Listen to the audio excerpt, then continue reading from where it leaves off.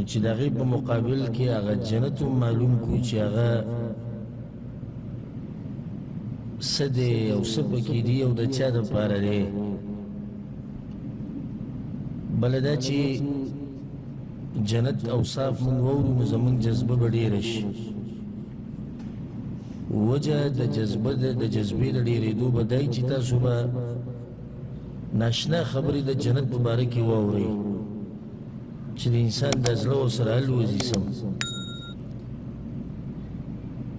درېیمه خبره پکې دا ده چې کله د جنت په باره کې واورئ نو کوشش او محنت به ډېر کوئ،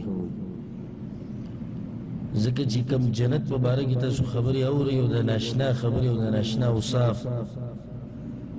نو دا صرف په دې نه میلاویږي چې تا خپل باندې اچولې او کلمه دې ویلې. حدیث کې دا راځي چې الله سره چې کومه سودا ده نو هغه ډېره ګرانه ده. ولي وی الا ان سلعة الله الجنه، ځکه چې الله سره چې کومه سودا ده هغه جنت دی او جنت ګران دی. نو د جنت ګټل صرف په تشو دعاګانو باندې نه کېږي او نه په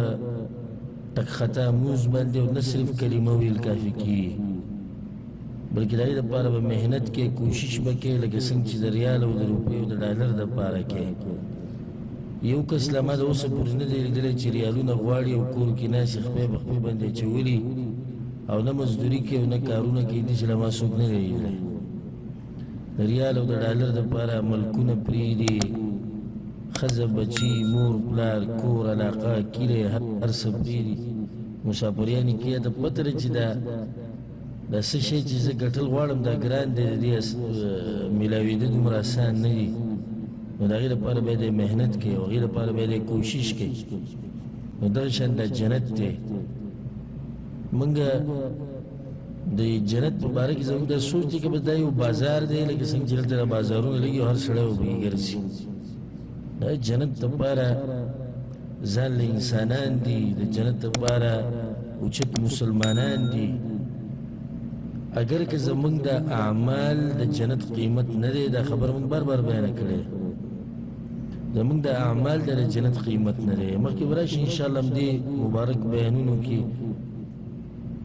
چې پیغمبر صلی الله علیه وسلم دا خبره حدیث کې کړې ده چې زه هم په خپل عمل باندې جنت ته نشم تللی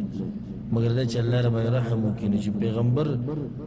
خپل عمل د لاسه جنت ته نشي تللی او د الله رحمت ته ضرورت لري، نو ما ورته به څوک وي چې په خپل عمل به جنت ته لاړ شو. خاص د عمل یو بانه کې الله رب العالمین ډېر مهربان دی. معمولي ورته کې بس یو بانه غواړي چې د مسلمان وبخي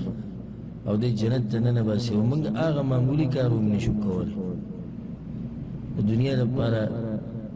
څومره منډې موږ وو، څومره کوششونه کوو. نو دا بعض مقصدونه زما په دې موضوع باندې د بیان کولو.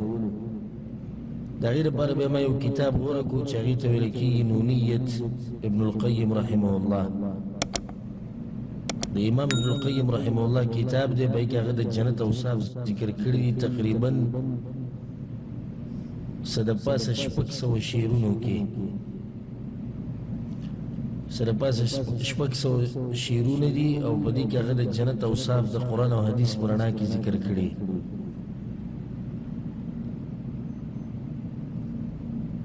د دې نه مخکې چې کتاب شروع کړو، امام ابن القیم رحمه الله څوک او د خپل مشران دا وپېژني، دا زموږ حقیقي مشران دي، نه هغه چې زموږ معاشره بدناموي او موږ ذلیله کوي. دغه زموږ مشران نه دي. یو سړی لګیا دی چې ډم ته یو هغه کس ته چې ګډېږي او د جنکو سره فلمونه جوړي او ډرامې جوړي د خپل مشر و. یو هغه دی چې کرکټ والا ته او فوټبال والا ته خپل مشر ووي. دوی زموږ نوم روښانه کوي،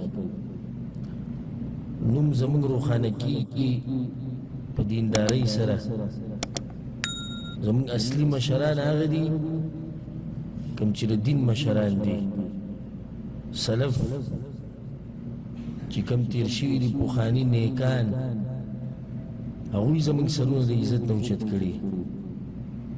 شیخ الاسلام ابن تیمیه رحمه الله، بار بار تاسو له نوم دا غاوري به درسونو کې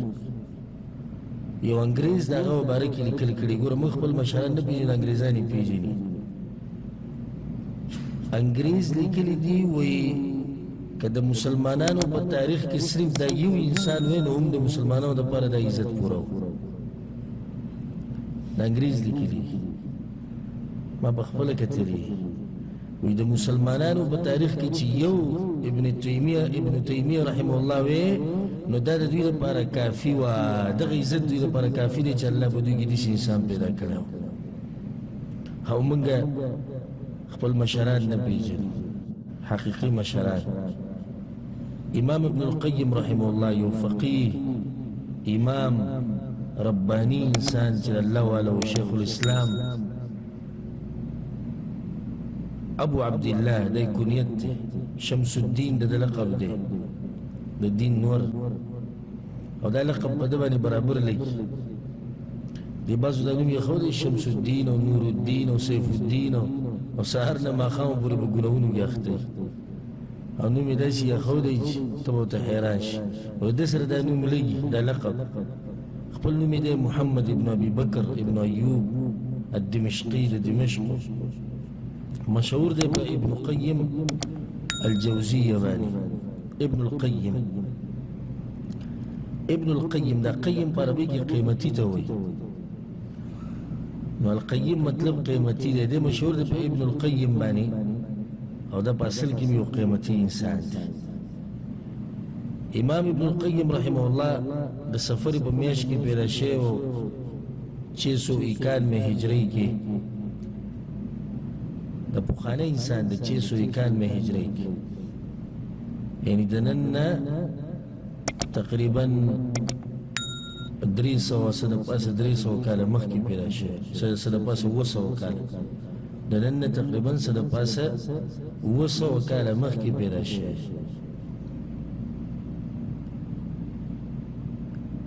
امام ابن الكثير رحمه الله امام ابن كثير هغه مفسر مشهور هغه وایي چې د ده ناشنا صفت یې کړی وی الله وله د تفسیر علم ورکړی و د حدیث یې وله ورکړی و د لغت یې وله ورکړی و هر څه وله الله سبحانه وتعالی ورکړی او سبحان الله غټ صفت پکې دا و چې اواز یې ډېر ښکلی و او اخلاق یې ډېر مزېدار و او دا خبره د په سیرت کې راځي چې په ټول ژوند کې چا سره حسد نه دی کړی او نه د چا غیبت کړی او نه څوک تنګ کړي په خپل ژوند کې امام ابن کثیر رحمه الله وایي د ده په دې زمانه کې د ده نه زیات عبادت کوونکي ما نه و لیدلی سره د دومره علم او درسونو او د کتابونو د شپې تهجد د ورځې روجې او دغه شان جهادونو کې شرکت دا دومره عظیم انسان او د ده استاد شیخ الاسلام ابن تیمیه رحمه الله څومره ناشنا خبره استاد شیخ الاسلام ابن تیمیه شاگرد ابن القیم داسې استاد او شاگرد مزه کوي چې ته به دې ته مخکې دی بیا چې د هغه کتابونه ګورې ته هغه ته مخکې دی او د یو بل سره مقابله کوي او ځکه بعض علماء دا خبره لیکلې لکه امام ابن حجر وی که چېرته د شیخ الاسلام ابن تیمیه بل هېڅ فضیلت نه وي صرف دا یو شاګرد دی دا شرف او د عزت ولم کافي دی او کله چې شیخ الاسلام ابن تیمیه رحمه الله جیل ته واچولی شو نو دا شاګرد امام ابن القیم دی ورسره په جیل کې او جیل نه چې کله راووتو نو استاد یې په جیل کې وفات شوی او بیا دې په خپله جیل ته اچولی شوی په دې باندې چې داسې لیکلي کړي دي په دې عنوان باندې چې قبرونو ته د زیارت دپاره د لرې لرې ځایونو نه سفرې کول دا ناروا دي د دې د لاسه دغه وخت مشرانو جیل ته اچولی او د رجب په میاشت کې 251 کال د هجرۍ 751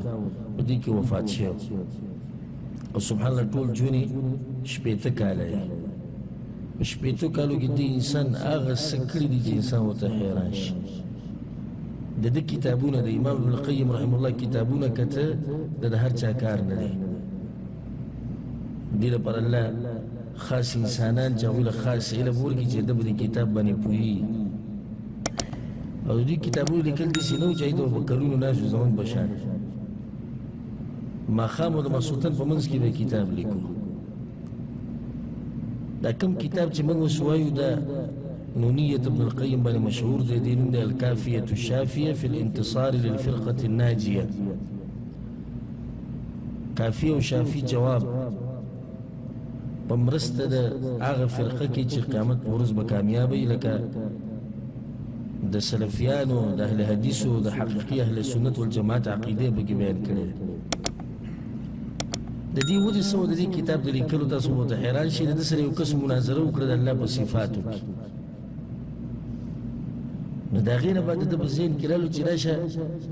یو کتاب ولیکه نو کتاب هم ولیکو د ځوان زوی او کتاب یې ولیکو او به کې 6,000 شعرونه په عقیده باندې ولیکل 6,000 شعرونه په عقیده باندې صرف ولیکل دا د هغوی کتاب لیکل ماښام او ماسخوتن منځ کې څوک پسې ورغی زما دا مسله ده چې صبر وکړه ماښام او ماسخوتن منځ کې به ورته یو کتاب ولیکو دا وي سزا دې چې الله سبحانه وتعالی دوی له ذهنونه ورکړي شپېته کاله په عمر کې د دین دومره لوی خدمت کړی دی چې انسان ورته حیران شي او دا هغه انسان دی چې عقیده کې سلفي دی قرآن او حدیث په منهج باندې دی خو د چا منهج چې غلط وي د هغه سره هم د کتابونه پراته وي لازم د ده کتابونو نه استفاده کوي او بیا په دمشق کې ښخ کړی شوی دی نن سبا چې د شام سوریې د علاقه وي دغه طرف دغه علاقې ولته ښخ کړی شوی دا کوم کتاب چې د هغې نه به د جنت صفات بیانوو د دې نوم خو ما تاسو ته بیان کړو الکافیة الشافیة فی الانتصار للفرقة الناجیة په دې کې امام ابن القیم رحمه الله موږ خو یو ټوټه وایو د دې کتاب جنت او جنتیان نور دا کتاب د اول نه چې شروع کړي نو په څومره ګمراه فرقې چې دي په دې دنیا کې په هغه ټولو باندې رد کړی که هغه جهمیه دي که هغه معتزله دي که هغه قدریه دي که هر څوک دي په هغه ټولو باندې رد کړی د قرآن او حدیث په رڼا کې او قرآن او حدیث نه استدلال چې کله بیانوي په دې شعرونو کې بیانوي تاسو وګورئ انشاءالله نو اصل دا کتاب د یو عقیده ده نو د کتاب په آخره کې چې کله د عقیده بیان کی ټوله او په دې ګمراه خلکو باندې رد وکړي نو بیا په آخره کې وایي راشه واوره د چا چې دا روغه عقیده یې دله به الله څه ورکوي نو د هغې دپاره بیا د جنت اوصاف بیان کړي موږ د کتاب د اول نه وایو موږ یو ټوټه وایو چې هغه اخرنۍ حصه ده او دا کتاب مشهور دی په نونیه د ابن القیم باندې نونیه ورته په دې وایي ځکه چې د هر شعر په آخره کې نون راځي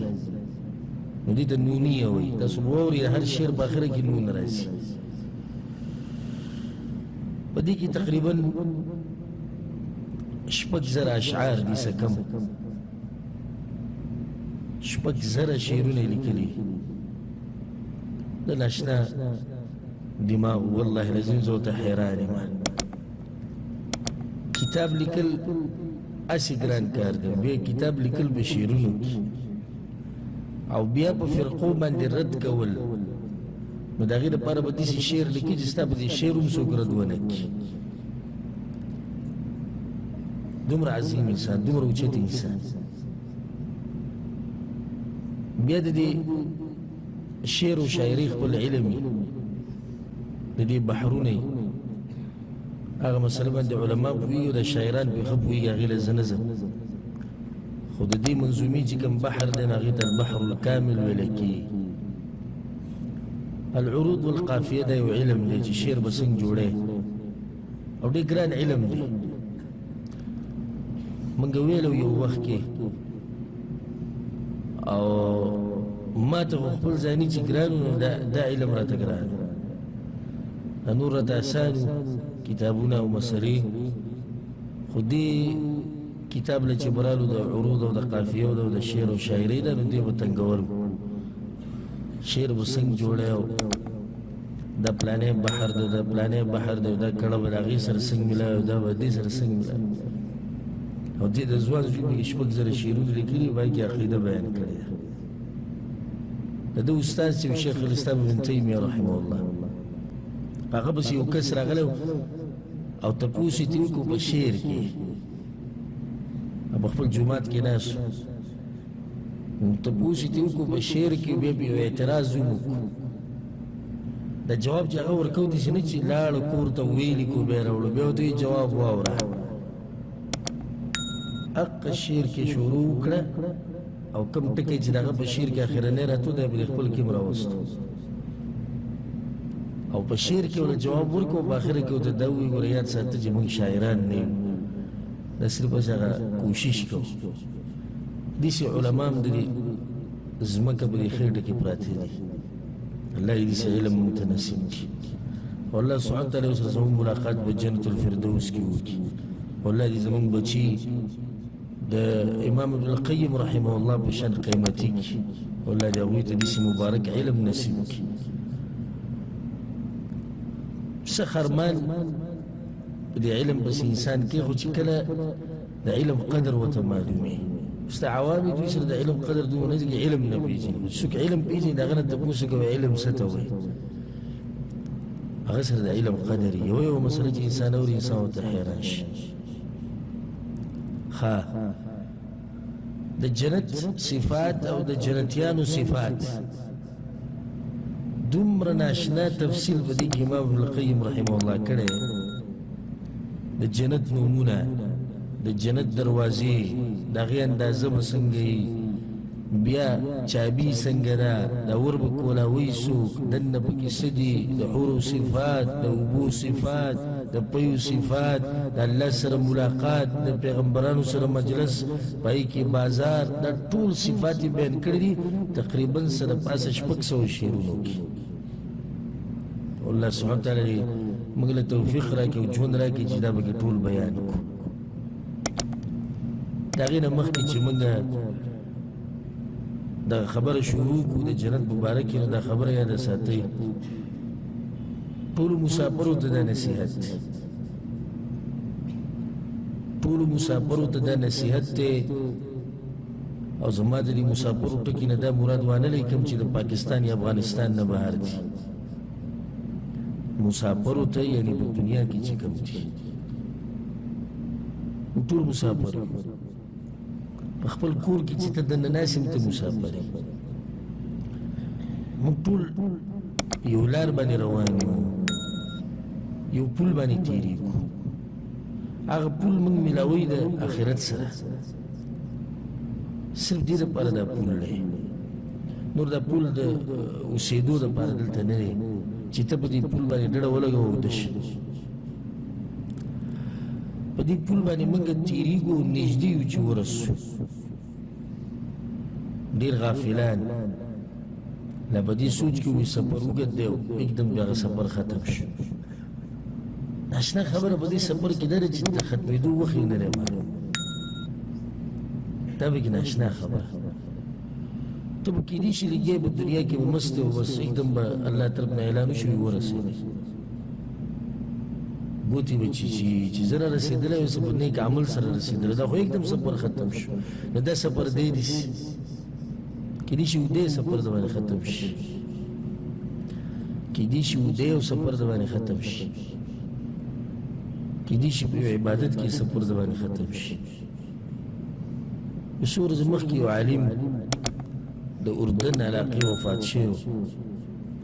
نو سهار منځه نه بعد تلاوت ته ناست سپین ږیری انسان او نو بیا چې پسې خپلوان راغلي نه هغه مړ نو یو ګوته په قرآن پرته و یو ګوته باندې داسې کلمه ویله نو هغه یې اوچته کړې وه او ساعت یې واچو د بعضو خلکو سفر داسې ختم شي زمونږ د ګناهګارو سفر به څنګه ختمېږي الله اعلم خو ختمېږي به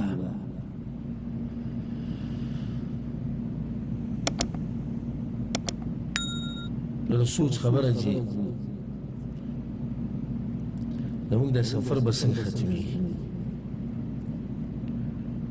او بیا دا د دنیا دا سفر چې ختم شي بیا بل یو غټ سفر دی برزخ کې او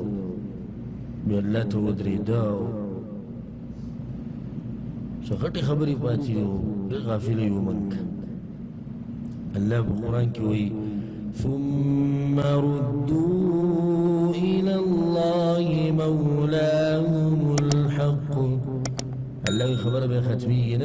کم ستاسو رب دے کم چې ستاسو مالک دی دغه خواله ورځئ څوک چې آخرت رایې دی د دنیا دغه په سترګو کې وړه شي او څوک چې مرګ رایې دی د دنیا او دنیسې پالتو ښکاره شي چې دا زه په څه کې لیږم سحر شي او ماښام شي سحر شي او ماښام شي ماشوم بوډا کېږي او بوډا پکې مړ کېږي او نوی پکې زړېږي او زوړ پکې خاورې کېږي او دغه دنیا ده کله چې ته دې خبرو ته سوچ وکړي نو دا دنیا به درته سپکه ښکاره شي او زړه به دې بیا د آخرت سره وتړلی شي چې یاره زما هغه ژوند به کار دی چې هغه ابدي ژوند دی زه د هغه ژوند دپاره څه کول غواړم چې هغه د همیشه ژوند دی دا به دې بیا په زړه کې ارمان وي کوشش به وي محنت به دي ستا په زړه کې به بیا دا ارمان وي که دا مرګ راغی نو زه ورته په خیر ویم ولې ځکه چې هلته ستا شوق آخرت ته دی خو چې کله دنیا پرست شوې او بېدینه وې د دې مرګ نه به ډېر سخت یېرېږي د مرګ نه یېرېده په دوه قسمه یو د دیندارو خلکو یېرېده یو د دنیا پرستو یېرېده دیندار خلک د مرګ نه په دې یېرېږي چې مخکې به څه کومه دنیا پرست په دې یېرېږي چې شاته رانه بچي ښځه او جایداد پاتې شو د دې سره به څه کېږي یېرېدو کې فرق دی نور دیندار خلک مرګ ته په دې خوشحالېږي چې د الله سره ملاقات کوي او الله سبحانه وتعالی هغه ټیم کې مغول یو زیری ورکوي نه پرېږدي دا نیکان خلک چې دوی چې د خفه شي یا غمجنه شي إن الذين قالوا ربنا الله ثم استقاموا کوم خلکو چې دا ویلي چې الله زموږ رب دی او بیا د دغې خبرې په رڼا کې او په سوري کې ژوند تېر کړی تتنزل عليهم الملائكة الله وی د مرګ په ټیم چې دی ملائک راکوشي دا خو بار چا پسې راکوزېږي خو ده پسې کوم راکوزېږي د ناشنا خبره کوي څه ورته وایي ألا تخافوا ولا تحزنوا وأبشروا بالجنة التي كنتم توعدون الله طرفنا وتقول شيريږي بنا در روان وخنا غمجنه کېږي بنا په تېر شوي وخت پسې زیری دله درکوو موږ د هغه جنت چې تا سره لوس شوي وابشروا بالجنة التي كنتم توعدون دې جنت ته د انسان شوق شي نحن أولياؤكم في الحياة الدنيا وفي الآخرة ملائکو ته وایي موږ ستا ملګري یو په دنیا کې هم او په آخرت کې هم ولکم فیها ما تشتهي انفسکم ستا دپاره په جنت کې هغه څه دي چې ته یې غواړې ولکم فیها ما تدعون ستا دپاره هغه څه دي چې ته یې غواړې ستا ورته زړه کېږي د هر څه ورته میلاوي ولې دا دومره پراخه نعمتونه ولې نزلا من غفور رحیم توی نن د مهربانه بادشاه په میلمستیا کې د الله په میلمستیا کې چې څوک وي الله هم ورسره اشنا میلمستیا کوي د دې جنتیان انسان زړه راوچت شي چې دغه جنت به څنګه وي چې الله به پکې میلمستیا کوي د جنتیانو نو مرګ دی زنکدن دی مرګ دی د قبر هغه زندګي ده برزخ دی او بیا په دوه فرقو کې تقسیمېدلي فاما الذين شقوا ففي النار بدبخته به چېرته لاړ شي جهنم ته نو واما الذين سعدوا ففي الجنه خوشبخته به جنت ته ننوځي الله بسورة الواقع كم دا خبر كريدا وكنتم أزواجا ثلاثا او تاسو بتقسيم شيء بدري وبرغوك قيامت بورس فأصحاب الميمنة نخيل أسوال بي ما أصحاب الميمنة سوچت شان والبي خيلاس والا دا یو ټولګی دی خیلاس والا والله سوچت شان د خیلاس والا وأصحاب المشأمة أو قسلا سوالا ما أصحاب المشأمة سبت حال بيد قسلا سوالا دا خدوش خبر ختمش يوبل بكيم دا دير دا خديرو چتي والسابقون السابقون او تادی کون کی ہر نیکیتا او تادی کون کی ہر نیکیتا ننوتن کی جنتا دا طول نمخ کی دبیا اغا اصحاب اليمين نموچت اولئك هم المقربون اللو دا غدير نجدي دا الله دا عرش بخيل اسمه ولاري دا مقربون چی کمتی نو زين الدنيا يا جنت ويا سدي يا جهنم بل زي بكي نشتي لار معلومة دا طریقه واضحه ده نتیجه م الله خولی ده دینه بعد ګوره تاسو د سشتیم نه چې ته وایې چې زه نه یم پوه شوی هر څه واضح دي هر څه الله بیان کوي لکه څنګه چې موږ په دې دنیا پوهېږو ځان م په زور غافله کړی د آخرت نه او د دین نه یعنې موږ ته ښه پته ده چې جنت په کومو کارونو میلاویږي او جهنم په کومو کارونو میلاویږي موږ که هر انسان دا غواړي چی دے آغا جنت تا ننوزی چا اللہ وی فلا تعلم نفس ما اخفی لهم من قرة اعین اللہ وی یو نفس تم دا پتنی چی جماعت ما سپت کری دی دا دا پارا حاغا سا چی دا دا سترگی پیخی آغا نعمتونا اللہ وی تاوستا نگی معلوم او حدیث کی دا رازی چی با جنت کی آغا سا دی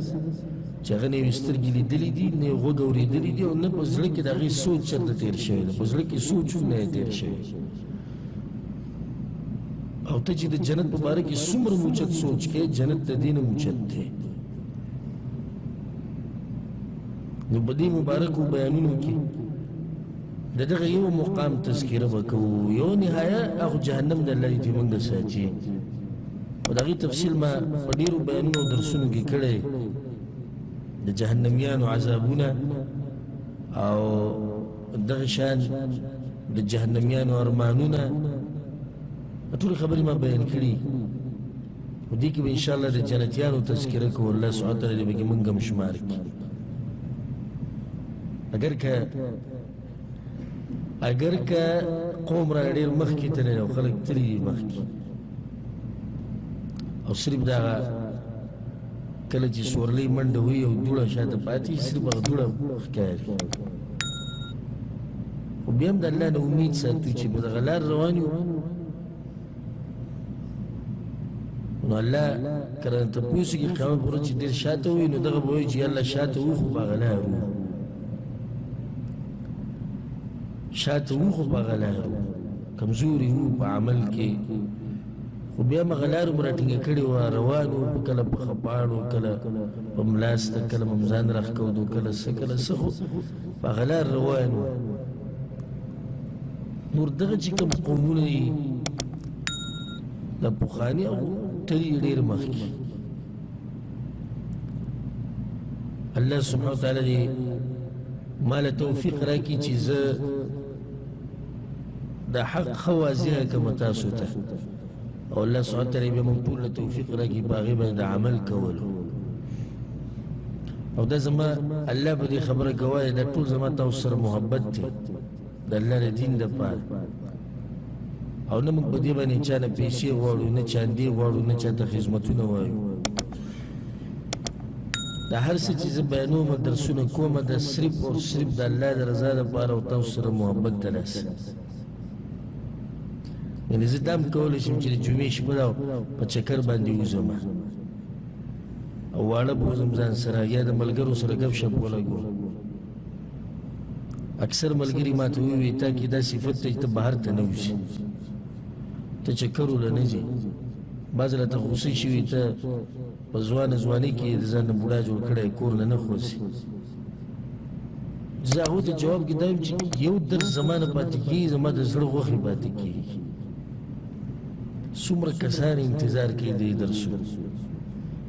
دا نه چې تاسو ځان ته ګورئ چې موږ ناست یو نه نه الحمدلله بتوفیق الله یو امت انتظار کوي د دې درسونو د انګریزانو په ملکونو کې د مسلمانانو په ملکونو کې بلکې بعض پکې د بیانونو ته ناستي چې هغه په دې ژبه نه پوهېږي خو د قرآن آیتونه اورېدې دپاره ناستي دا مخکې ورځو کې یو کس ما سره رابطه وکړه وایي زه ستا اردو والا وایي زه ستا هر درس ته ناست یم ته څه کې درس ته ناست یم پوهېږې پښتو وایي نه تلاوت پکې اورم نو د دې داسې درسونو پاتې کېده زموږ دپاره اول زما دپاره او بیا ټولو دپاره دا یو نقصان دی او غټ تاوان دی والله د مرګه پورې موږ ټول له توفیق راکړي چې داسې قسمه مجلسونو کې شریک شو چې یا پکې دین وښایو او یا دین یې زده کړو ځکه حدیث کې دا راځي چې یا دین زده کوه یا دین ښایه یا د دین خدمت کوه او څلورم نشي ګرې تباه به شي په دریو کې په یو کې ځان اچوه یا دین زده که په دی کې وخت لګوه یا دین خلکو ته ښایه په دې کې وخت لګوه او یا د دې دین خدمت کوه په څه طریقه باندې څلورم نشي څلورم هغه دی چې نه یې زده کوي نه یې ښیي او نه یې خدمت کوي نو الله سبحانه وتعالی دې مونږه په دغه دریوانو کې شمار کړي چې دین یې زده کړو او ویې ښایو او خدمت یې وکړو امام ابن القيم رحمه الله ويوي فصل فيما أعد الله تعالى في الجنة لأوليائه بالكتاب والسنة دا فصل راوړی دی په بیان د دې کې چې الله چې کوم جنت تیار کړی دی د خپلو اولیاو دپاره د قرآن او د حدیث په رڼا کې دا ګوره مخکې عقیده بیان کړه ما خو تاسو ته وویل چې دا څو اشعار دي څو دي سره پاسه شپږ زره د سره پاسه شپږ زره شعرونو کې دغه اخرنۍ حصه ده چې تقریبا سره پاسه شپږ سوه شعرونه عقیده بیان کړه نو اوس وی واوره څوک چې د قرآن او حدیث په عقیده باندې رواني الله به دله ثور کوي اوس دا واوره هغه چې د چا منهج د سلفیت اهل الحديث اهل الاثر اهل السنه والجماعت حقيقي اهل السنه والجماعت یو خاص داوی خبره موږ نه ټول به دې کې دنه داخل دي په دې عنوان نه یو څو مسلې اولنۍ مسله وی دا فصل په بیان د دې کې چې الله چې کوم جنت تیار کړی هغه به څنګه مطلب دا شو جنت تیار کړی یعنی جنت شتي جنت وس شتي او دا زموږ عقیده ده چې جنت او جهنم د دواړه وشتي الجنة والنار موجودتان د دواړه وشتي قرآن کې الله زیب ویلي اعدت للمتقین د جنت تیار کړی شوی دی د تقوادارو خلکو دپاره تیار دی او دغه شان حدیث کې چې دا راځي چې جهنم او جنت د یو بل سره مباحثه وکړه یو بل سره خبرې وکړي مطلب چې جهنم وشتي جنت وشتي دغه شان چې حدیث کې راځي جهنم الله ته شکایت وکړي نشتي ځکه یې شکایت وکړي نو اوس جنت او جهنم د دواړه شتي بله مسله پکې دا ووي دغه جنت الله تیار کړی دی د خپلو ملګرو لپاره اولیاء الله د اولیاء الله څوک دي دا الله په قرآن کې بیان کړي الا ان اولیاء الله لا خوف عليهم ولا هم يحزنون الذين آمنوا وكانوا يتقون ایمان راوړی د توحید مضبوط دی ځان ساتي د ګناهونو نه نو لن تعریف د الله د دوست دا دی چې په توحید کې مضبوطی او د پیغمبر په تابعداري کې مضبوطی د ولی الله دی ولی الله زمون په دې ملکونو کې داسې ګپ جوړ شوی دی ټکي نه چې ته ناوله ونده کې بناسي سخابین به تخیږي برید به په خوله کې پراته وي ګیره به یې خریلي د ښځو په شان به یې بنګړي لاس ته اچولي غاړو ته به یې میلونه پراته وي سخا په سخا چرسیان بنګیان به په خوا کې ناسي جي دا ډېر غټ ولي الله دی لږ وایه د الله نه حیا وکړه مړه شرم تاله نه درځي دا ناولی ته درته وایه د الله دوست دی زه وایم دی ستا دوست دی کیدای شي په ما هم ګزار وکړي چې تا ته زه دومره سپک ښکارم چې دا ته دې زما ملګری کښې نو وایه ته د الله څنګه ملګری کښې زه اکثر دې ملګرو ته دا وایم زموږ په دې ملکونو کې چې ته لیونی روان یې اکثر دې ډکې میچازي تشې میچازي هم بهي سخا په سخا یې دې چې مه چېړې دا رسېدلی و صحیح ده دغه رسېدلی به راولو تا سره په بیټک کې اوسېږي او ستا ملګری به ځان سره به پروګرامونو ته هم بوځې او رشته ورسره هم وکړه اوبه کې نه د ځان سره خو نه ګرځې داسې سخا سړی د ځان سره خو قمقل نه ګرځې لیونی خو نه ګرځې ځان سره که د الله لپاره ملګری شو د الله ملګری شو د الله ملګري هغه الله په قرآن کې ذکر کړي سیماهم فی وجوههم من اثر السجود الله وی د هغوی په مخونو کې رڼا د عبادت د لاسه پاک خلق هوښیار خلق تیز ذهن والا خلق درانه خلق دیندار خلق د الله نه یریدونکي خلق د الله ملګري چې د ناولی مولی د الله ملګری چې د الله ملګری مونځ به نه کوي د الله ملګری ښځو سره به نایسي د الله ملګری ګډېږي راګډېږي د الله ملګری چرس او سګرېټ به څکي د الله ملګری دا پلانی صوفي او پلانی صوفي دی ځان سره جیب کې کښېني دغه ته چې ورته اولیاء الله وي اولیاء الله الذین آمنوا وکانوا یتقون د دوی دپاره الله دا جنت تیار کړی نو دوی ولی الله ټکي نه ګپ مه جوړوئ چې چا ته م زړه غواړي په هغه باندې ولګوي پلانی یاره سم ولی الله یې د هغه چې معلوماتو کې نه غریب ته عقیده هم نه معلومه الله ورته هم نه معلومه او دی ورته ولی الله وایي د هغې نه بعد بیا امام ابن القیم رحمه الله دا خبره بیان کړې ده چې جنت حقیقت سره اوصاف یې څه دي او د دې لپاره به هر قیمتي شی خرج کې څنګه به حاصلې او به دا خبره هم ذکر کړې ده چې د دنیا نه به زړه تورې هله به د جنت میلاوي نو شروع یې د دې شعر نه کړې ده یا خاطب الحور الحسان وطالبا لوصالهن بجنة الحيوان اے غختون کیا د خیسته هورو او طلب کون کیا د هغوی سره د یوځای کېدو په جنت په هغه جنت کې چې هغه د همیشه ژوند دپاره دی او همیشه پاتې کېدونکی دی حوره خو معلومه دی چې هغه څه ته وایي او د دې حورو تفصیل به مخکې راځي دلته هغه د حورو تفصیل نه بیانوي خو صرف هغه شروع د دې نه وکړه سوال په زړه کې دا راځي وی ای غوښتونکیه د حورو نو په جنت کې خو د حورو نه اوچت نعمتونه شته شته که نشته کوم نعمت د الله دیدن د الله رضا دا په جنت کې دین اوچت نه دي نو ولي امام ابن القیم رحمه الله دا خطاب ورکوي یا خاطب الحور الحسان اے د ښایسته حورو غوښتونکیه ولې په جنت کې اوچت نعمت دا دی نه مطلب دا هغه دا دی چې په جنت کې اوچت نعمت دا دی خدای تشویقا ذکر کو د شوق لپاره ابتدا د دې ټکي نه وشي نو مخکې بیا ته به غور سره اوري د حورو د دې ټکي نه شروع وکړه یا خاطب الحور الحسان نو ستا یو شوق پیدا شو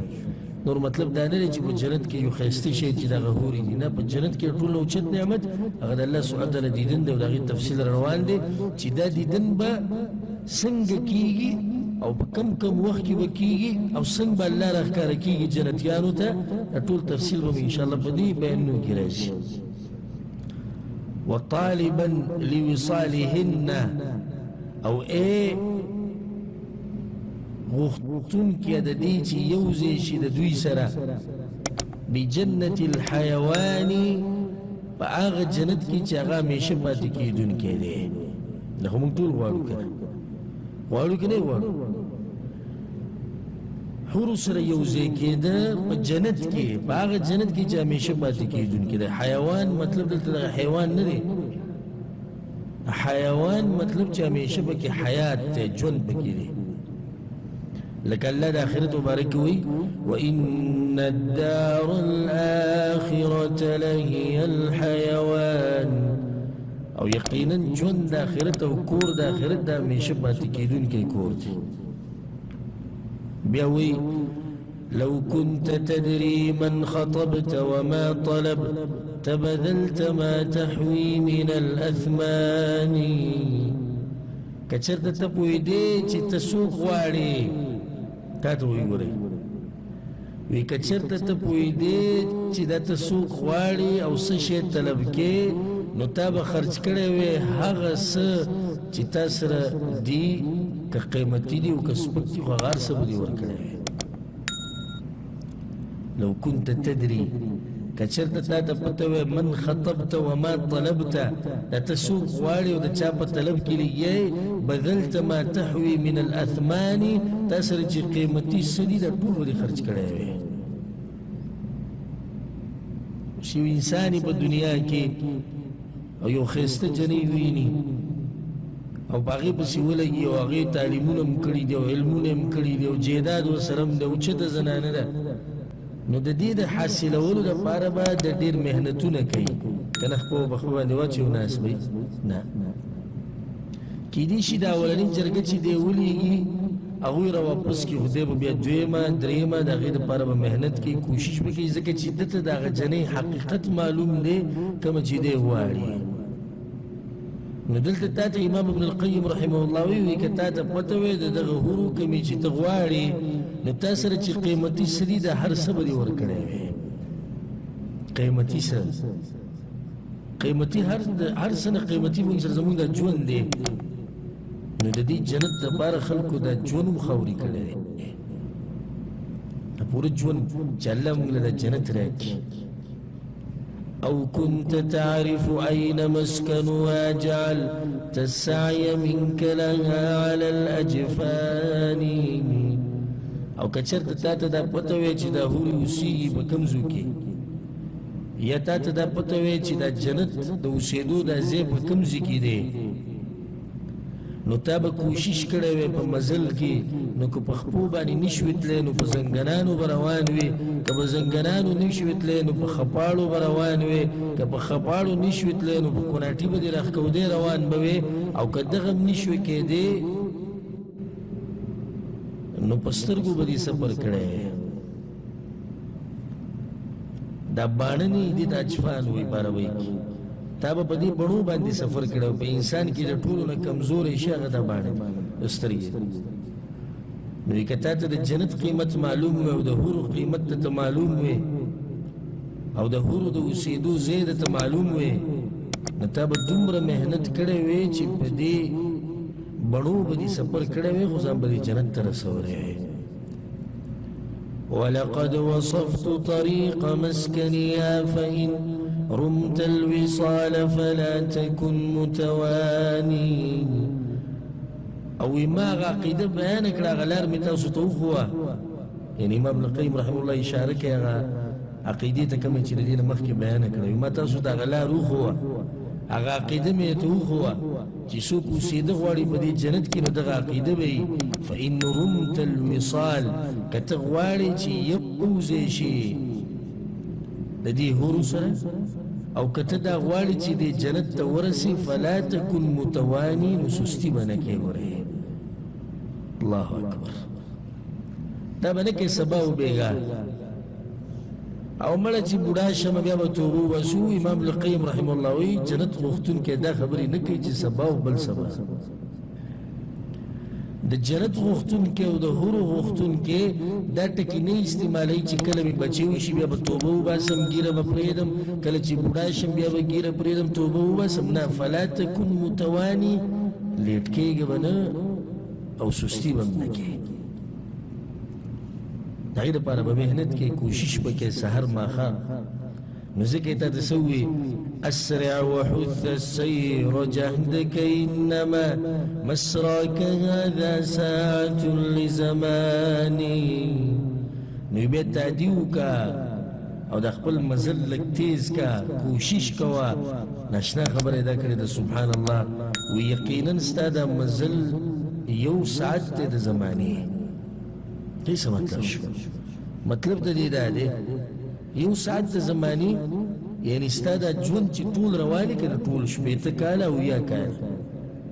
په دې کې ته منډه ووهه کوشش وکړه د جنت د ګټلو دپاره تېز شه وایي دا ټول ژوند د آخرت په مقابله کې داسې دی لکه یوه ګنټه په یو ګنټه ته کوشش نشي کولی اسی دا خو پرېږده جنت ته ننوته او په هغې کې د همیشه دپاره ژوند او جهنم ته ننوته او په هغې کې د همیشه دپاره ژوند والعیاذ بالله صرف د قیامت دې ورځې ته وګوره 50,000 کاله یوه ورځ ده نو د 50,000 کالو په مقابله کې ستا دا وړوکی ژوند چې هغه 50 کاله دی زم چې د ګنټې نه هم کم دی دا د ګنټې نه هم کم دی او په صورت النازعات کې الله دا خبره کړې په آخرت کې كأنهم يوم يرونها لم يلبثوا إلا عشية أو ضحاها کله چې دوی د قیامت ویني موږ د ورځې څه وخت تېر کړی دی معمولي د غرمې وخت هم تېر کړی نو په دنیا کې هم غټې خبرې کولې بنګله جوړوم او کور جوړوم او بچي دي او ښځې دي او نوسي دي او کړوسي دي خو ته داسې لګیا وې لکه ستا چې 1000 کاله عمر دی اوس ته دلته څه وې چې خو زه د غرمې یو وخت یا د ورځې یو وخت مې تېر کړی امام ابن القیم رحمه الله وی کوشش وکړه کوشش انسان د دې جنت لپاره او چې ته څومره کوشش کوې نو دا د آخرت د وخت په مقابله کې یو ګنټه هم نه ده فاعشق وحدث بالوصال النفس وابذل مهرها ما دمت ذا إمكاني عاشق شوي دغه هورو عاشق شه د سشي د هورو وحدث بالوصال النفس او زړه کې نیت وکړه د رسېدو یو سړی عاشق شو په هورې باندې او محبت کوي د هورو سره نو بیا به اراده وکړي د رسېدو دویم کار دا دی نو دریم کال دا دی وبذل مهرها او مهر ورله ورکه پرې کې که ناسې چې هورې به ما د داسې میلاو شي نه دا ستا غلط ګمان دی د یو نیم سړي ته چې ووایي چې واده کې که نه یاره واده ته مې سخت زړه کېږي ښه نو د واده لپاره خو اوس محنت وکوشي کوي نه داسې جنۍ په کار دی چې موږ له سره کړي بیا دا کښېنه ډډه ولګوه ودې نه لیده د جنۍ او نه دې ولیده ښځه ته چې جنۍ غواړې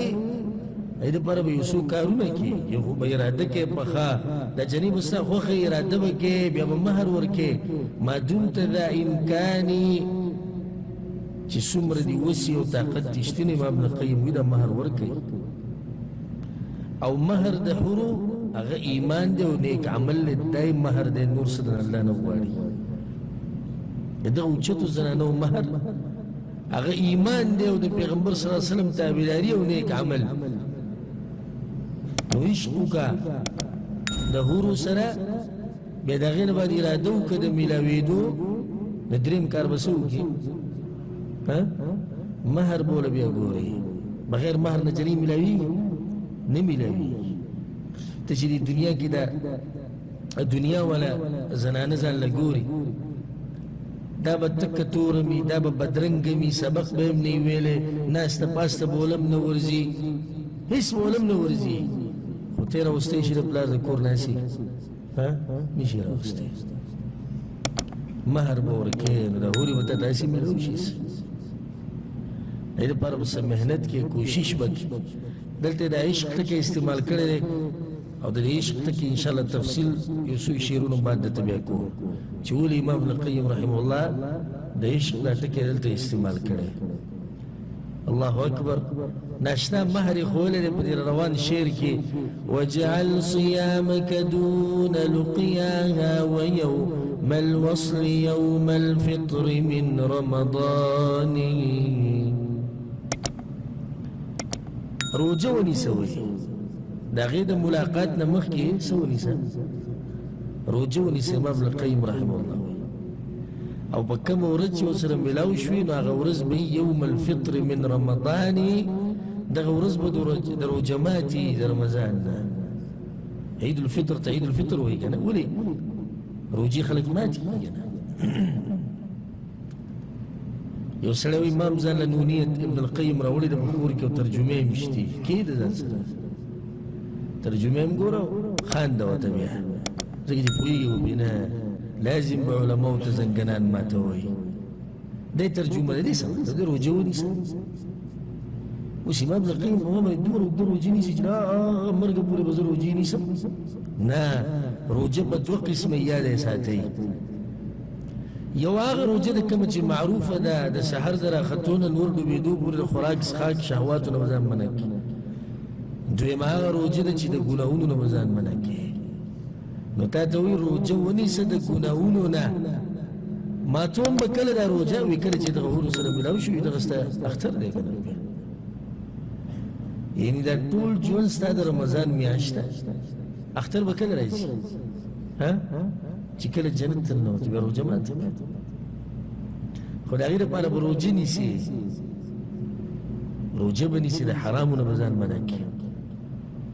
د غلط نظر نه به ځان منع کړي د غلطو خبرو نه به ځان منع کړي د غلطو کارونو نه به ځان منع کړي د غلطو عقیدو نه به ځان منع کړي د غلط منهج نه به ځان منع کړي دا روجه چې دې ونیوه نو بیا به ماته کړي د هورو سره څه ناشنا روجه ماته به یا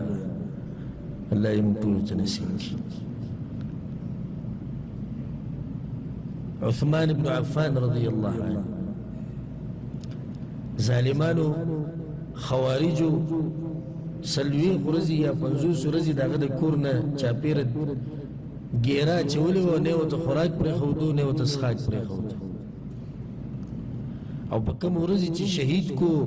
نو باقه ورځې خوب لیدلی چې پیغمبر ورته وایي عثمانه روژه ماتی به موږ سره وکړي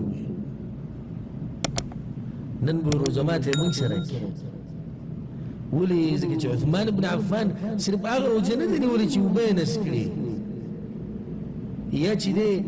خوراک یې نه کوو عثمان بن عفان د هغې نه غټه روژه نیولې ده هغه څه ده د ګناهونو نه ځان ساتي دومره اوچت انسان عثمان بن عفان ناشنا روژه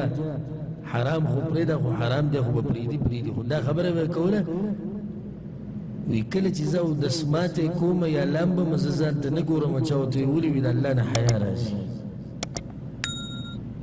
دا اوس یو روژه ده ويوم الوصل يوم الفطر من رمضان وی د میلاوېدو ورځ د هورو سره دا به ستا د اختر ورځ دغه روژې نه به خلاص نو بیا څه وایي واجعل نعوت جمالها الحادي وسر تلقى المخاوف وهي ذات أماني تلقى المخاوف وهي ذات أماني وإذا دغه هورو دا صفات أوره چې دا په انسان کې تیزی راولي تیزی د څه راولي تیزی د نیکو اعمالو صفات اوري چې دا خو ډېر اوچتې زنانه دي نو دا به زه څنګه ګټم د هغې دپاره به ته محنت کوې امام القیم رحمه الله وسر مزل کوه مزل ناشنا خبره دا وکړه تلقى المخاوف وهي ذات اماني او دې ساته په مزل کې بعد يرو سره مخامخ کیږي د سخت سره مخامخ کیږي خو یریږي باندې ګورې ته چې هوري ګټي او جنت ګټي دا یې لپاره په مزل کې په دې مزل کې به سخت راځي خو نه وي په دغه سختو کې یو امن پروت دی یو سکون پکې پروت دی نه داسې نه چې ته د یو څو سختو د لاسه هغه لار پرې نه دی ګورې حدیث کې دا راځي چې جنت الله ډک کړی دی د سختو د مصیبتونو نه پټ کړی دی پای کې څه مطلب دی مطلب دا دی چې دې ته به هغه سړی ځي چې سختې او مصیبتونه یې په ژوند کې تېر کړي د نن نه دې اراده وکړه چې زه به د حورو سره ملاقات کوم او دینداري دې شروع کړه سبا تره او ماما او نیکه او قوم ویرولې بیا دې کار پرېښودو امام القیم وایي دې نه دي معمولي سختو د لاسه یې لار بیا بدله کړه اخو جي ماته وهابي ووایي اخو جي ماته یې ووایي تا مذهب خرڅ کړی هغه ماته وایي تا به د کور نه وباسو هغه ماته ووایي چې تا سره به غم خادي پرېږدو ته ویرې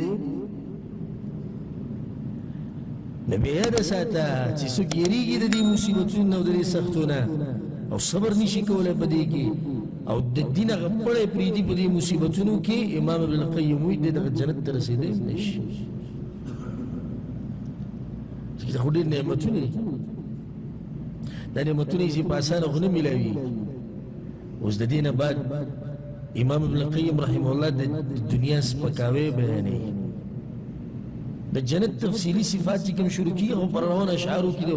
پر روان درس کې به موږ شروع کوو چابیانې او دروازې او نومونه او دا ټولې خبرې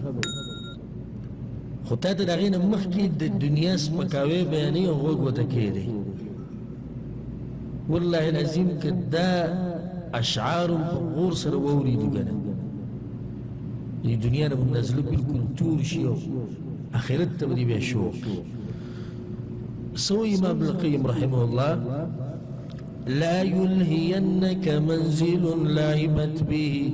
ايدي البلا مذ سالف الازمان غافل دي نکی دوکه نکی تا دسی کور چې لوبې کړي دي په هغې باندې لاسونو د زړښت یا لاسونو د زړوالي د پخوا زمانې نه تفصیل دا دی وی غافل دی نکی تا دیسی کور کم یو دی دنیا دا کور تا غافل نکی دا دیسی کور دی چې دا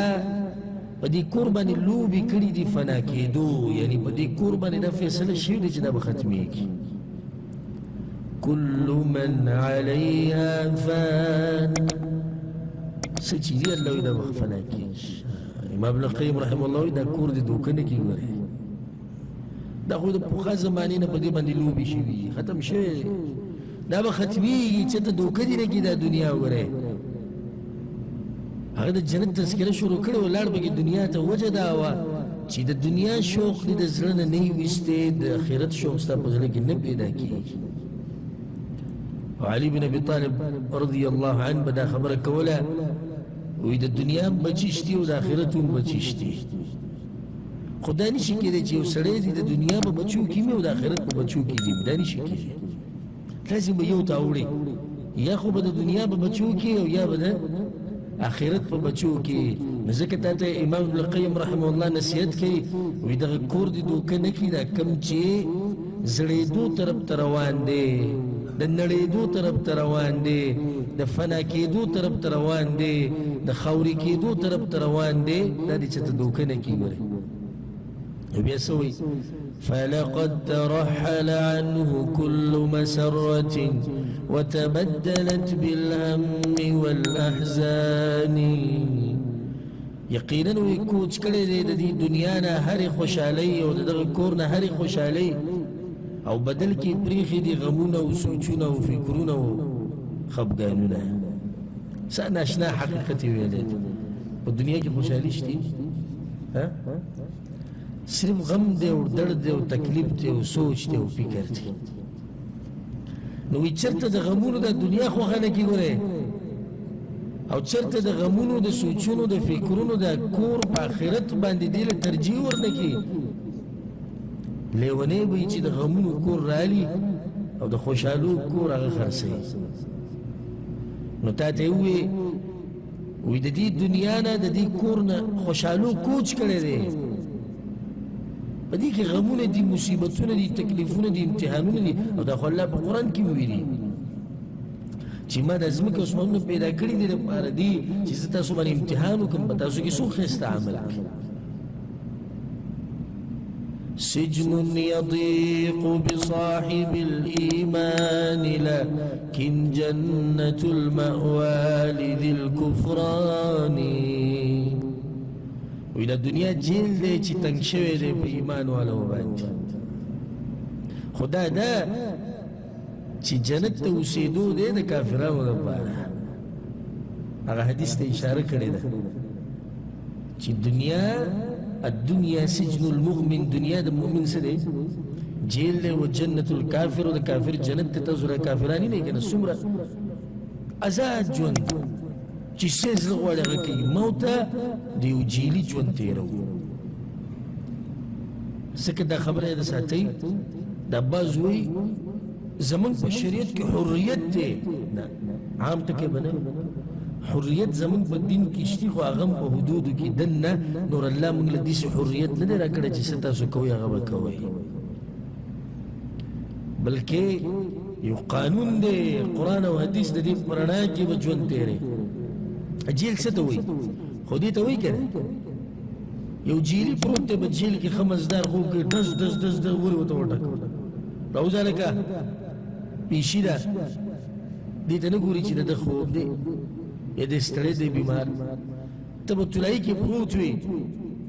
خمزدار یا خیسی لگے دے دا خزی پا خواہ کیا پستا تلائی پستا پلستن آوازو شو دیو آواز کون کی طرفنا حی علی الصلاة حی علی الفلاح الصلاة خیر من النوم دا جیل نسی زن زمان چی نزی بیا برسل اللہ بلی صاحب کتاب کے خدا دنیا جیل لے ویلی دو مخامخ شراب پرات دی مخامخ چرس و ایروین پرات دی مخامخ جنکی گڑی گی مخامخ زناگانی کی گی ولیادو باللہ خواہشات و تووی وی تب کم سوکا ان النفس لامارت بسون خواہشات و انسان دا غلط کاروئی خود تا دا جیلی بشان جون تیرے تا دا طرف تا نشد لے زخیر دے دا یورز با بکی منزون ونکما دا یورز با بارتون نا نا نا تب جون اگر سنگ چی اللہ ویلی اگر شان با تیرے دا زموستا دا پارا جیل لے زمانگا جنت پا آخرت کی دا اللہ لے منگتا نصیب کی مخیتون تیر شکن وَلَكُمْ فِيهَا مَا تَشْتَهِي أَنفُسُكُمْ اللہ وی جنت کی جسے غواری کوئی زلو جو شراب سکا مسکے زلو جو دا حور سر لوبی کو مکوئے زلو جو چکر لگو ما لگوئے نا نوشتی نا عبادت شتی نا دا بانی سپا بندشتی دا جنت تے دا جنت تے کافرانو با دنیا کی جوڑ کرے دلت لی گیا تھی اور دا پر باخرت کی جیل لو سن اشنا جیل لاغا بیا دیزی کہتے ہیں ناشنا واقعہ بیانکم زین تمیرالا امام ابن الحجر رحمه اللہ امام ابن حجر رحمه اللہ امام ابن حجر فتح الباری مؤلف دا صحیح بخاری شرح کرے سبحان اللہ دا دین دا مشہران و دا علماء تبجی طول دا یوبل نمخ کی دی طول دا یوبل نمخ کی دی واللہ دا امام ابن قیم تذکرہ کے دا ابن حجر مخیطر آئے امام ابن حجر رحمه اللہ دا قاضیان و قاضیو نو پاغ وقت کی اغبا پا ٹانگا کی گرزی دو پاغ وقت کی ٹانگا دی سوا یعنی دننا تقریبا شپک سو سر پا شپک سو کالا مخ کی یا وہ سوا پاغ وقت کی ٹانگا دی سی چلکہ نن سوا جلے سر قیمتی گاڑی ناغا پا یہودی باندی تیر شو اگر یہودی غوڑی خرسول غوڑی او کپڑی پا بد حلوی او امام ابن حجر رحمه اللہ بدغا ٹانگا کی ناستے و خمزیدار اگر یہودی ودرو یو سوال کو رغیوک وی تاسو دا نوئی چی دنیا دا مؤمن جیل لے و دا کافر جنت تا وی او پیغمبر وی وی تا دی خبر حالتو گورو ماتو گورو جنت کی تے کزے سناشنا اعتراض دا خود دغا علماء بمخی دا اعتراضو نیسو ندی هغه ته یو خبره صحیح ده، اوس شک نشته. وی څنګه صحیح ده؟ وی صحیح ده ته چې دا کم جون اوس تیرې کنه، ته چې اوس ولاړې د آخرت په مقابله کې د جهنم په مقابله کې ته اوس په جنت کې آزاد وي کنه، جنت نشو. زه خو ناسم په ټانګه کې کپڑے میں مزیداری دي، خو بیا هم د جنت په مقابله کې اوس هم زه په جیل کې یم. پر مرضی مطابق جو خو نشم تیرولی، صرف په ټانګه باندې څه جنت شو، صرف په صفا کپړو باندې دا جنت شو. کم ځای کې د آخرت جنت او کم ځای کې د دنیا نعمتونه،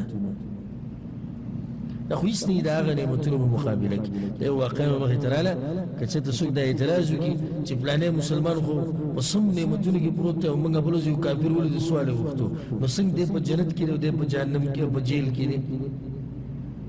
نو جواب یې تاسو واورېدو چې دا جواب ورکړی و امام ابن حجر رحمه الله. چا ته ورکړی و؟ یهودي ته یې ورکړی و. ښه،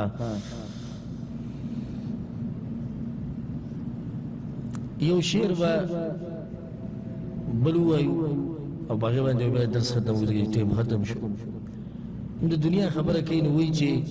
سکانها اهل الجهالة والبطالة والسفاهة انجس السکان.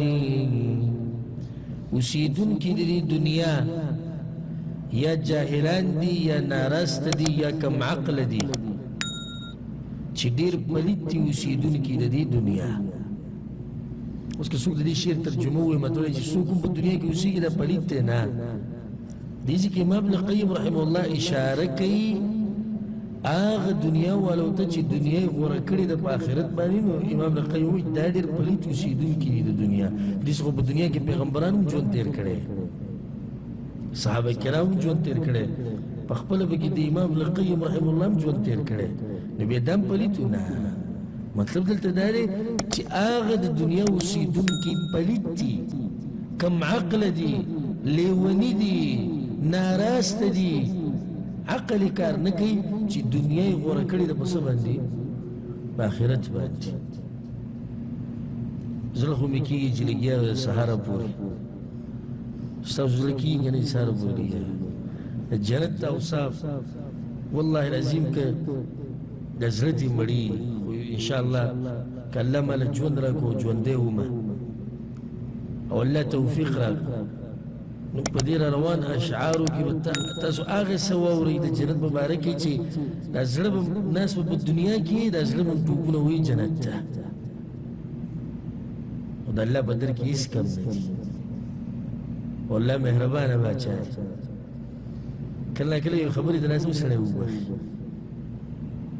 بني اسرائیلو کې یو ښځه و زیناکاره، سپی یې ولیدو ژبه یې راویستې وه د تندې نه، نو هغې ورله د کوهي نه اوبه راوویستې، سپي له ورکړو، الله وبخله. مونږ چې دلته کینو را جمع کېږو د الله لپاره، د الله نه امید دی چې انشاءالله الله به بخي. او الله ته دې ځکه وایو چې یا الله ته مونږ وینې، ته زمونږ خبرې اورې، ته زمونږ د ګناهونو نه خبرې، ته زمونږ د کمزورتیا نه خبرې یا الله. یا الله تا ګواه کوو چې دا درسونه، دا بیانونه، دا محنتونه صرف دې دپاره کوو چې ته رانه راضي شې، نو یا الله ته زمونږ نه راضي شي.